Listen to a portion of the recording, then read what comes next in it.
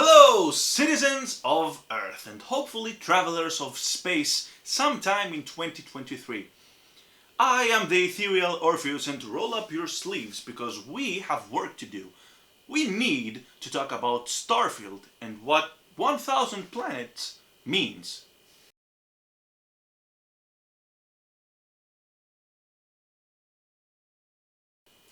Please excuse the terrible conditions that I film in. My lights are not good, my camera is not good, thankfully my TV is really good. But I want to talk about something about Starfield because I think it's really important. So first of all, what is Starfield? If you've lived under a rock and you don't know what Starfield is, well, I don't know why you're here watching this video, but I will tell you anyway. Starfield is the next big game of Bethesda Game Studios, meaning that it shares the same DNA with Oblivion, Skyrim, Fallout 3 and 4, not Fallout 76, thank God, because it is a single-player, open-world RPG. Keyword being single player. And sure enough, Starfield is going to look a lot like Skyrim and it's going to look a lot like Fallout 4, but thankfully it seems that Bethesda has learned from their mistakes, and this time some things have changed from Fallout 4. Especially that the silent protagonist is back. There is no voiced protagonist, there's no voiced dialogue for your character, which I think is a great step for Starfield, because in Fallout 4 I always had that problem where I couldn't really project what I wanted onto my character. Like with the story and the dialogue in Fallout 4, if you want to be a psychopath, you can't, you really can't. I mean, the game won't let you have a family, your guy or gal speaks all the time, and you know, it feels like you're following their story rather than it being a typical Bethesda game where you are projecting yourself or whatever you want onto your character. So that's a big plus for Starfield. Also Starfield, 150,000 recorded lines of dialogue. That is more than Skyrim, that is more than Fallout 4, even with a silent protagonist. It is going to be big and it is going to be great. But this isn't just a video where we're going to talk about everything in Starfield. No, this is about something really specific. So when I first saw gameplay from Starfield, and maybe that's you too, I thought that it looked a little too familiar, if you know what I mean. Yeah, there's no point in denying it. Starfield looks a lot like No Man's Sky. And No Man's Sky is a great game. Well, it is now. It didn't start as a great game, but it is a great game now. And what's so special about No Man's Sky is the sheer enormity of it. That game reaches infinity. No Man's Sky is a big-ass game where you can seamlessly fly around planets left and right, and in fact there are 18 quintillion planets to discover. Now let me put that into perspective. 1 quintillion is a billion. And if you had 1 quintillion pennies and laid them flat on the surface of the Earth, you would be able to cover the entire Earth twice over. Meaning that if you had 1 penny, just 1 penny, for each of the planets in No Man's Sky, you would be able to cover the entirety of the Earth 32 times over. Them are a lot of pennies. Everything on this planet, on Earth, every tree, every piece of metal, you, me, your house, my camera, your Xbox, everything that's on this Earth comes up to a cost of 5 quadrillion dollars. That means that if you had just 1 quintillion, you would be able to buy Earth and everything on it 200 times over. That is a lot of money. But more than that, it is a huge number in and of itself. It is enough for the biggest yo mama jokes, and it is what makes No Man's Sky feel impossibly endless. Like yo mama. Sean Murray, the creator of No Man's Sky, and a man known to be always truthful, has said that if every single second there was 1 planet being discovered in No Man's Sky, it would still take 584 billion years to discover them all. Meaning that if you wanted to be a completionist and find every single planet on your game save, you wouldn't be able to do it. You would need your kids and your grandkids and your grandkids' grandkids, and by that point you're just playing Crusader Kings 3. And still, you wouldn't be able to see everything in No Man's Sky. I mean, you would have to be an immortal singularity, and I don't know if you want that. Who wants to pay taxes for that long? But that amazing feat of engineering is only possible because of something called procedural generation. And what is procedural generation, you might ask? Well, let me tell you. Procedural generation is like when you play Minecraft, and everything you see and discover on your map is not pre-made. It wasn't handmade from the developers. Instead, what happens is that as you go along the map, things just generate right there and then. And when they do, they stay that way. No Man's Sky works the exact same way. It spawns the solar systems, and then it spawns the planets, and when you get on the planet and search around and explore, things just generate there. Surprisingly, procedural generation is actually old in gaming, and I'm gonna tell you something that is going to surprise you. But what I want to tell you first is that procedural generation has some great qualities, especially, especially that sense of infinity and endless terrain. But it also has a bad quality to it too. Specifically, it's that, and it's obvious, you can't have a map that is handmade, detailed, and obviously when you have a map that is generated by an algorithm, it can't be the same. You can't have as much detail in something that is made by a computer as opposed to something that is made by an individual. And sometimes that enormity that procedurally generated lands have is also bad because there's a lot of dead space. So you can go, say, from town A to town B, and there's a huge, enormous distance from point A to point B, but there's nothing really interesting going on between these points, and you still have to traverse from the start to finish. Now, when that happens, the solution is very simple. You use fast travel. You might argue the point, well, what is the point in having one giant, big, huge, enormous, almost endless map that has nothing really interesting going on in it, as opposed to one map that is smaller, more compact, more dense? And that question was exactly what happened from The Elder Scrolls 2 Daggerfall going to The Elder Scrolls 3 Morrowind. Because in Morrowind there was one complaint that the people said, oh, I can go to town A and strafe my camera around and look at another town which is supposed to be, in lore at least, like thousands of miles away. So Morrowind, because it didn't have procedural generation, had that drawback of being a map that was considerably smaller but much more dense and compact. When Daggerfall had a huge map that it actually took days to go from point A to point B, many times with nothing in between. And again, to put this into numbers, Morrowind had a map of 15.5 square kilometers. Daggerfall, on the other hand, had a map of 6 million. That is the size of the United Kingdom. In other words, it is big. But Daggerfall, with this big ass map, used procedural generation, what is also being used in No Man's Sky. But what about Starfield? This video is about Starfield after all. Starfield does look like No Man's Sky a lot. I mean, the combat kinda looked like No Man's Sky, which was a little disappointing.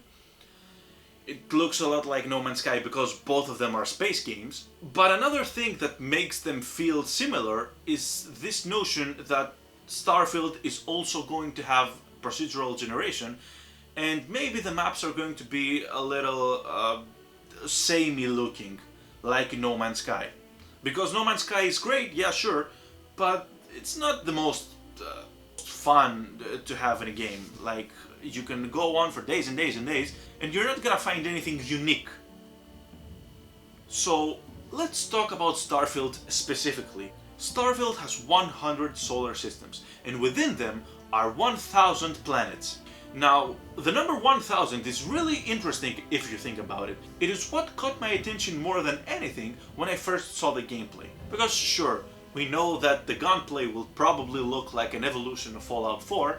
The dialogue system will be a mix of maybe Fallout New Vegas and Skyrim. But what we are completely in the dark in is how the map is going to look like. We know that some of the planets themselves, mind you there are 1,000 of them, are going to be bigger than the map of Skyrim. And Skyrim was not a small game. So what does the number 1000 mean?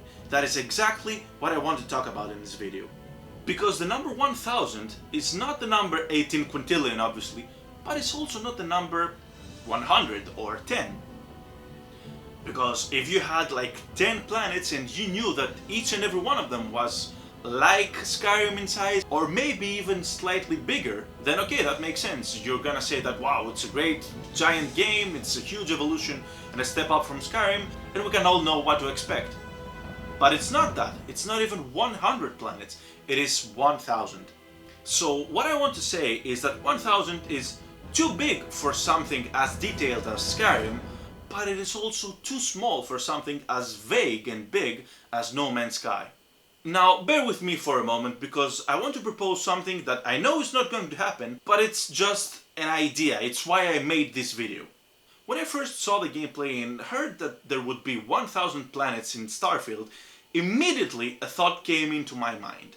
Because what does Bethesda use since the days of Skyrim, and specifically the DLC in Skyrim, and especially more like in Fallout 4 and on? They use settlements, crafting, building, the Minecraft logic. One of the reasons that I didn't really love Fallout 4 was that I felt that they left too much of the work to us, the gamer. Because Fallout 3 was awesome in the way that you had all these little villages and all these little towns, and you had Paradise Falls, and you had Underworld for the ghouls, and the big cities and the smaller cities. Now Fallout 4 did have its big cities, but I felt like it didn't have the smaller settlements, where you would go and there would be a great environmental story, like there was in Andale, Fallout 3. I felt that in Fallout 4 you were tasked with making these settlements. And if you enjoy doing that, that is great, but if you don't, it really isn't, because it felt like we were being cheated out of content that was supposed to be there and now it's not because you have to build it. And even if you did, it's not like you were able to get quests in those settlements. You just had to defend it and make them prosper. So what I think is going to happen with those 1000 planets in Starfield is exactly the same. Sure, there will be 1, 2, 3, 10 maybe big planets that are more traditional in the sense that you are going in there and everything is pre-made, you get your quests, all your environmental storytelling like in every Bethesda game, but the rest of these, and I think it's going to be the overwhelming majority of them, like 950 of them, will border on simply dead space empty planets for you to build. Unfortunately, I am sure that this is the way they're going to go about it, and I am not happy about that. So this is what I'm proposing, and I know it's not going to happen, but I just want you to think about it. That's all I want. It's not specifically that I mind that the developers did not build the content when they had to. It's that I don't want to build it myself. I am not a creator. I love to enjoy what other people make in video games, be it developers or be it community creations, but I can't make them myself. I just don't have the mind for it. So if in Fallout 4 there was a way to mix community creations with mods and download the settlements and not build them yourself, then I wouldn't mind, because there are some great things that people have done in Fallout 4 and Skyrim. You can see them on YouTube and they're awesome, but you can't necessarily do it yourself. But that's not what happened, unfortunately. What did happen was that everything in Fallout 4 you had to make yourself. And if you were to download a mod, then you would get a modded save and you wouldn't be able to get achievements and all that stuff. So this is what I'm proposing.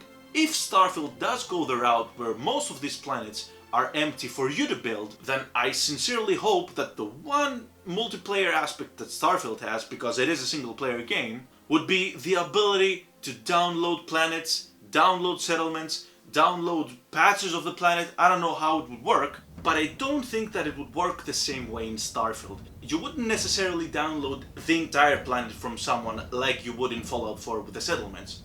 And you don't need to. This is what I would do with Starfield. I think that each planet should be an open space for you to do anything you want in it. But also, I think it should be open to other people as well. Now, you probably wouldn't be able to interact with them, and that's okay, it's still a single player game. Because if we only had 10 planets, then it would make sense to pick and choose and download an entire planet to someone's specifications. But with 1000 planets, I don't think that is the case. But let's say I go on planet Ashcrack, yeah, let's call it Ashcrack, and I build a huge building. Then you would be able to interact with my building in your world, but also build something next to it that would appear in my world too. And that's not even a huge innovation, because it's happened before. In Death Stranding, the way the game works is that if you make something, someone else after you can use it. And I think that would be the perfect way to go about it in Starfield. If I make something in one planet, it appears in your game. I think that each planet in Starfield should be a common space, a shared one, where I can build something and then you can build something next to it, just not on top of it. But if you have 1000 planets and most of them being as big as Skyrim, that means that there won't be the problem of space limitations.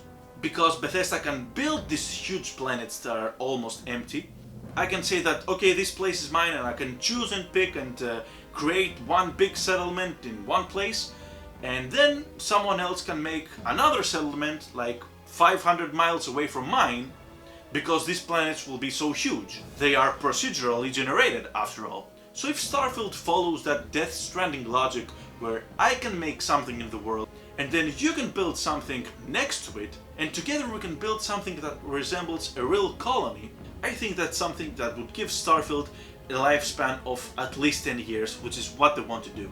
Even more so, I mean, Skyrim had a lifespan of at least 10 years. Starfield can be something that people play for much, much longer if only they can give us the option to build an entire world, just not by ourselves. It's not realistic to be able to build an entire world just by yourself, and it wouldn't make sense if that was the way to go about it, to have 1000 planets. You would have 10 planets and you would be able to build the entirety of them, sure, but when you have 1000 of them, that means that you need more people.